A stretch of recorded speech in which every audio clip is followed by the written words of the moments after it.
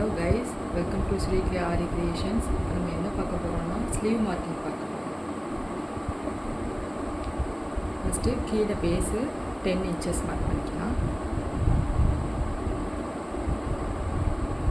Inch டேப்ல 10 inches mark பண்ணிட்டு scale வச்சு ஸ்ட்ரைட்டா ஒரு லைன் போட்டுக்கலாம்.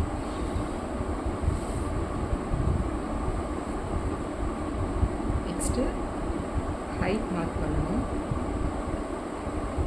ஸோ 10 inches சென்டரா 5 நம்ம மார்க் பண்ணிக்கிறோம்.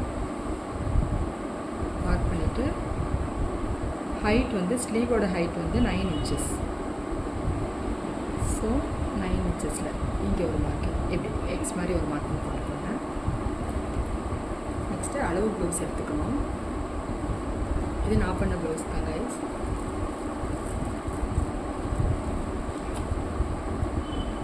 கரெக்டாக மேலே மார்க் பண்ண இடத்துலேருந்து இது வந்து ஷார்ட் ஸ்லீவ். இப்போ நம்ம போகிற வந்து எல்போ ஸ்லீவ்.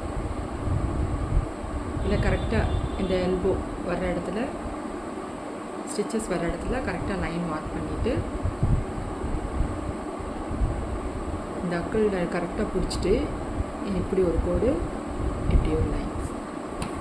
நெக்ஸ்ட் அப்படியே அந்த ஸ்லீவ் அப்படியே டேன் பண்ணி அந்த ஸ்ட்ரைட்டான இப்போ எதுக்கு சென்டராக கோடு போட்டுக்கணும் நமக்கு தெரிஞ்சிருக்கும். சேம் வச்சுட்டு இந்த சைடு பிடிச்சிட்டு இப்படி ஒரு மார்க்கிங் முடிஞ்சிருச்சு. இப்போ நம்ம போட்ட இடத்துல ஃபுல்லாக ஸ்ட்ரைட் லைன்ஸ் போட வேண்டியதான். இதை ஜாயின் பண்ணுற மாதிரி இங்கே ஒரு ஸ்ட்ரைட் லைன், இங்கே மார்க் பண்ணுற மாதிரி இதில் ஒரு லைன், அப்புறம் ஸ்லீவ் ஜாயின் பண்ணுற ரஃபாக வரைச்சா கூட போதும். அப்புறம் எது வரைக்கும் ஸ்டிச்சஸ் வரணுமோ அது வரைக்கும் இது வரைக்கும் இப்போ நம்ம போட போகிறோம். அதே மாதிரி சைட்லேயும் ஃபுல்லாக நம்ம போட மாட்டோம், ஏன்னா ஸ்டிச்சிங்ஸ் வரும். ஸோ இதில் ஒரு 1/4 inch அளவுக்கு நம்ம மார்க் பண்ணிக்கிறோம். அது வரைக்கும் தான் நம்ம டிசைன்ஸ் போடுவாங்க. 1/4 inchனா இதிலேருந்து இந்த அளவு தான் உங்களுக்கு வந்து 1/4 inch.